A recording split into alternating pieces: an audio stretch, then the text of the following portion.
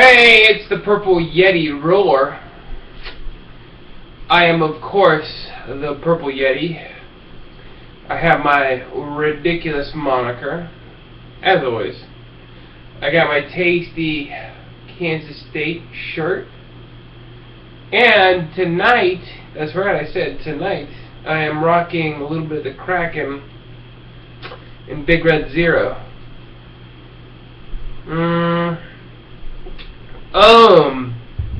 Very tasty.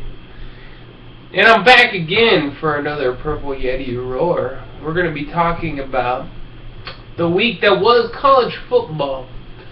Or, in this case, tonight, the day that was college football. I enjoyed a thoroughly delicious grilled cheese sandwich. And I enjoyed a thoroughly delicious Kansas State victory. But a lot of other things happened today, this weekend, that made it really special, especially in Big 12 land, for college football. So let's go ahead and talk about it. Why don't we? Awesome. Alright. Well, morning games. Let's get with the obvious. The obvious was that Oklahoma pounded Iowa State, and it took some time for Oklahoma to do so. It was kind of close early on. It ended up being rather close first half wise, and then second half kablooey, and Oklahoma took control. I think Blake Bell got like a concussion, or they're making up the excuse of a concussion, but Trevor Knight is now your quarterback for the Oklahoma Sooners. And they're going to need some consistency rolling into Kansas State and Manhattan next weekend. So, yeah, they won. And Iowa State, man, I don't know what to tell you. 1-9 and 0-7 in the Big 12. It's a step back for Paul Rhodes, and I hope they find their way soon, because I like that guy. I am so proud of Paul Rhodes. I really am proud of Paul Rhodes, and I hope they find their way back. So, good luck to those guys. Now, on to the other morning game that happened. And that be West Virginia and Kansas. Now, I picked West Virginia, and admittedly, I was rooting on West Virginia. But Kansas, for the last couple of years, have not won a conference game. That'll change today. Kansas whipped West Virginia 31-19. I'll drink to that. They got the conference schneid off their back, and they did it all with their running game. It had nothing to do with their passing game. And as a scouting perspective for the Kansas State Wildcats, I think that's something to kind of keep in mind, because that's the last game of the season. Now, we'll get to Kansas State here in a second, but since Kansas is treating every game like a playoff or like a bowl game, it's going to be a big deal coming up later on. But hey, congratulations to Kansas. Their first conference victory in God knows how long, too long. And honestly, coming from a Big 12 fan like myself, it's kind of like watching a baby take its first steps. Maybe this program will grow into something that actually is competitive. We'll wait and see. But congratulations to the Jayhawks. I'm still going to laugh at your ass. Hopefully here in a couple weeks I'll laugh even harder. But I'll take the fact that you guys got a victory and you stormed the field and you tore down the goalpost over this. There's probably some kids at that school who has not been to a football game at all where Kansas has won a conference game. And that's pretty freaking pathetic. So, congrats to the Jayhawks. Grab that goalpost, take it down. You earned it. Man. Like to see you keep the trend going on. Not against K-State in 3 or 2 weeks. I don't even know. At any rate, let's talk Kansas State. Kansas State, and what turned out to probably be the most exciting game of the day, believe it or not. Kansas State narrowly defeated TCU, a TCU team who was head coached by one Gary Patterson, who was on the team in the early 80s for Kansas State, and also was a coaching assistant on that program. Now, this was BS before Snyder, and not AS anti-Snyder, so take with it what you can.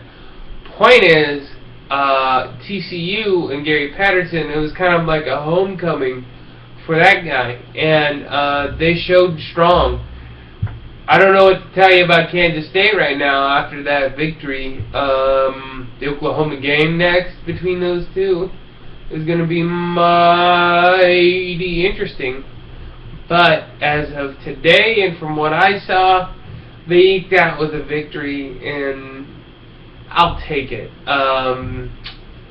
Next weekend is going to be a real treat with Oklahoma. I don't know what's going to happen, but I'm more excited about what Kansas State will show with Kansas come the last game of the regular season. Because guess what, folks? Your Kansas State Wildcats are bowl eligible. And that's what this victory meant today for the real Big 12 Purple and the real Big 12 Purple pride. Congratulations, Kansas State. Especially after the year you started out with.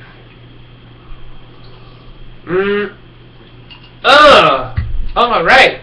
So the other afternoon game was the pitted, not the cream of the crop, but I would say more of the cruft, or maybe the fine head of the brew that was poured into the Big 12 glass that made it drink a lot better than, say, from an aluminum can or something. And that tasty beverage was the Oklahoma State Cowboys going to Austin, in my hometown now, and taking on the Texas Longhorns, who have been undefeated in this conference. And it was not a contest at all. Oklahoma State came into this town and whipped up on those Longhorns. I hope to God nobody's calling for Mack Brown's job after this game, because frankly, the consistency coming out from the Cowboys was way more important than whatever bouncy back and forth stuff that we had with the Longhorns the last couple of weeks. They really have been riding on talent alone, and kudos to Greg Robinson for cultivating that talent on the defense. Offensively, I couldn't tell you. You're riding with Case McCoy, you're riding with a lot of danger, a lot of ugly-faced danger. So, Oklahoma State whipped up on Texas, and ultimately, I think this is going to prove better for Baylor. But it's hard to tell right now, which brings me to the night game. It was close.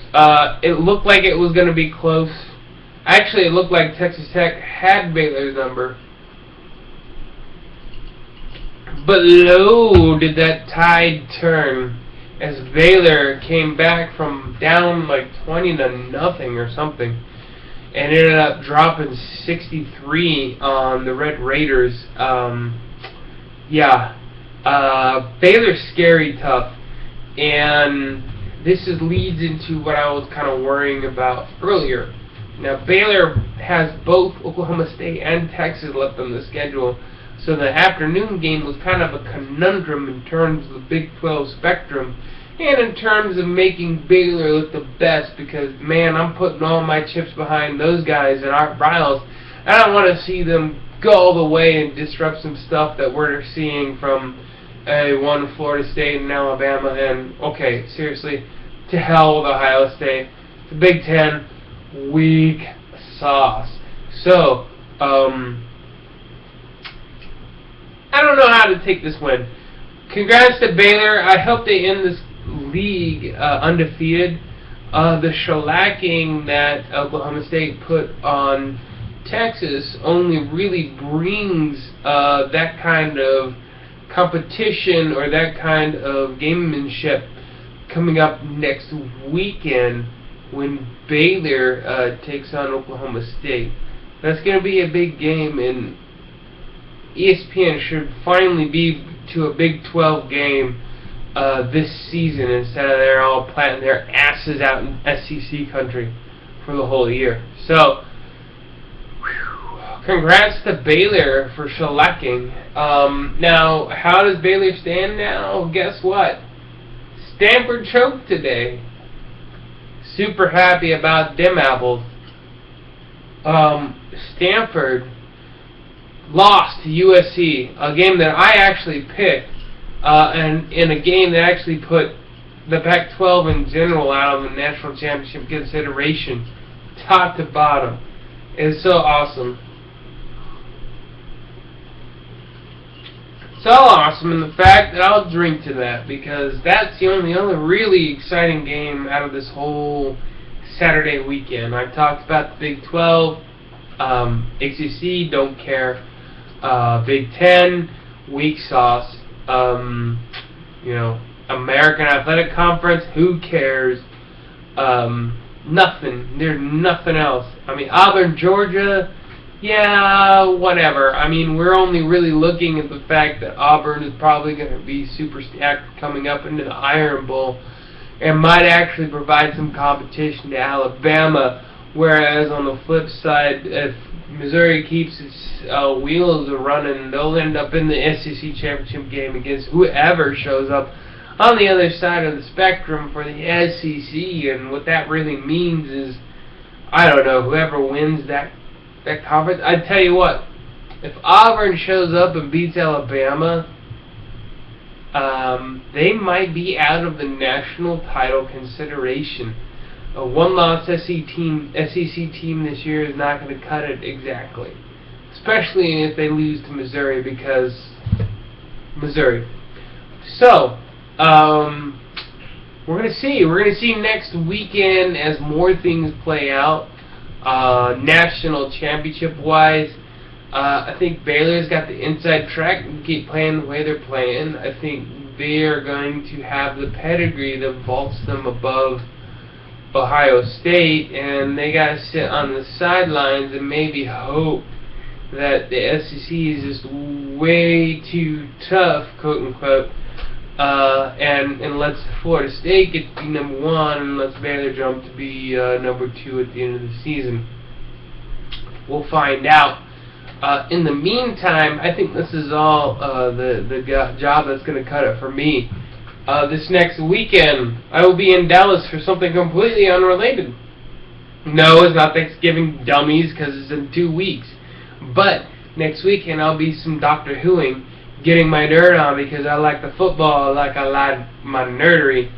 So I'm going to be doing that, and I'll be paying close attention, of course, to a couple of games, but it's not going to be as a full suite of analysis and breaking down of the games that you see from me week in and week out, albeit maybe 20 minutes of your time, but it's that 20 minutes of your time that you'll be able to read into and see into and live the kind of analysis that you need to really tell you what's going to go on and what you're not going to hear from all these other knuckleheads on these national sports media talk show stations, and their agenda and their group that they're going to push. So, that said, I'm going to take a swigsies of this tasty beast. And next weekend, I'll still try to see you.